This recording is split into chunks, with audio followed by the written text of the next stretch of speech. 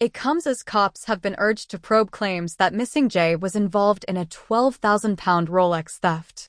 Jay Slater's friend hit back, "We ain't drug mules," as conspiracy theories swirl amid a fresh update from the missing teen's family. Brad Hargreaves is one of the friends who went on holiday to Tenerife with Jay Slater and described the 19-year-old bricklaying apprentice as his best mate. The pair flew out to the island along with Lucy Law to go to a 3-day NRG music festival. But Brad has since been the target of swathes of abuse by vile social media trolls. He has now slammed baseless conspiracy theories and penned a scathing post on Instagram. "Thinking I'm involved in it all is beyond me," he wrote. "We've been mates for years, came on our first holiday together, and unfortunately this has happened. We ain't drug mules or whatever. People need to know the facts before talking on the internet." Lucy Maylaw, 18, the last person to speak to Jay before he went missing on June 17th, also shared an image of the pair this week with a crying emoji. Meanwhile, Jay's heartbroken mum, Debbie Duncan, has issued a fresh update on her son's case.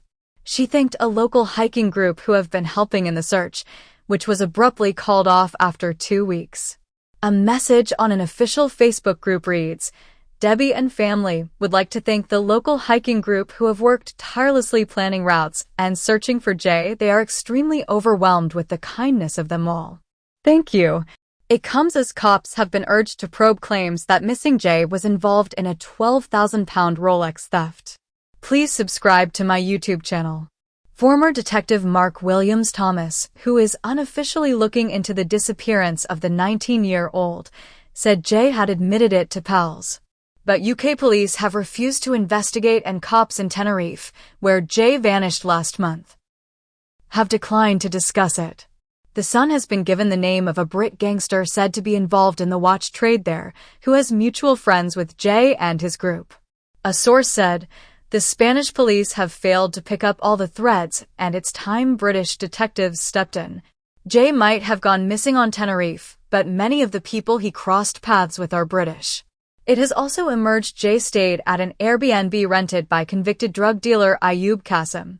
Qasim previously told reporters, "I let the geezer stay at mine because he had nowhere else to go. His friends had all left him. I know Jay through friends. I'm not going to bring someone back to mine if I don't know them. I'm doing the geezer a favor, and now my face is all over the news. It's a bit mental. I haven't even done anything." Qasim added, "The only comment I have to make is that Jay came to the house alive, and he left the house alive. Search called off." It comes after Jay's heartbroken family vowed to remain in Tenerife after police called off the land search. The teen's devastated mum said words cannot describe the pain and agony after being blindsided by the news. Debbie said in a heartbreaking statement, "We just want to find him." The hunt was ended after 14 days of looking for the 19-year-old. The young Brit vanished after a night out at the NRG festival at Papagayo nightclub in Playa de las Americas on June 17th. Jay was last seen traveling with the 2 mystery men in the north of the island in the rural de Teno park. The morning after, he made a final frantic phone call to pal Lucy to tell her he was stranded in the middle of nowhere. Panicked Jay, facing an 11-hour walk back to their hotel, told her he needed water and only had 1% of battery left on his phone. Spanish authorities say there is no current evidence of criminality in the case, with his family saying they will not give up hope of finding him. GoFundMe trolls.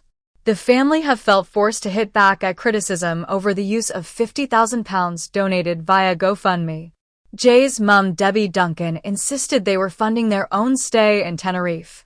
She said, "My beautiful son is still missing, and believe me, this is no holiday. We are a normal working family going through hell." But she admitted, the mystery surrounding his disappearance may never surface.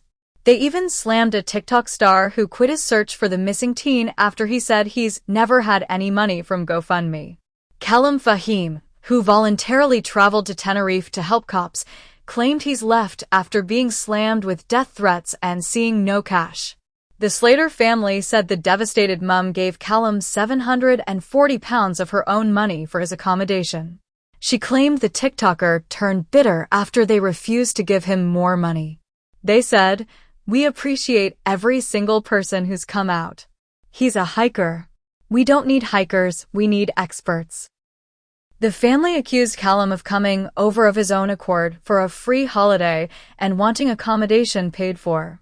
But TikToker Callum told Sky News, "I haven't had anything from the GoFundMe. We have not had a bit of essentials paid for. I've never had any money from them whatsoever or even offers to go and pick anything up. If they had offered it, personally I would have said maybe a bit of a treat at the end of the week, but don't worry about it." It comes as Debbie previously hit back over rumors swirling around the GoFundMe. In a message posted by her friend, she wrote, "For those of you who are more concerned around the GoFundMe page, I can assure you that up to now it has not been used and our stay up to now has been financed by ourselves. I do have proof of transactions and transfers to other persons, but I should not have to justify this. So you can make up your own minds. If any of you in this group have donated, I am thankful. Subscribe the channel to get such videos.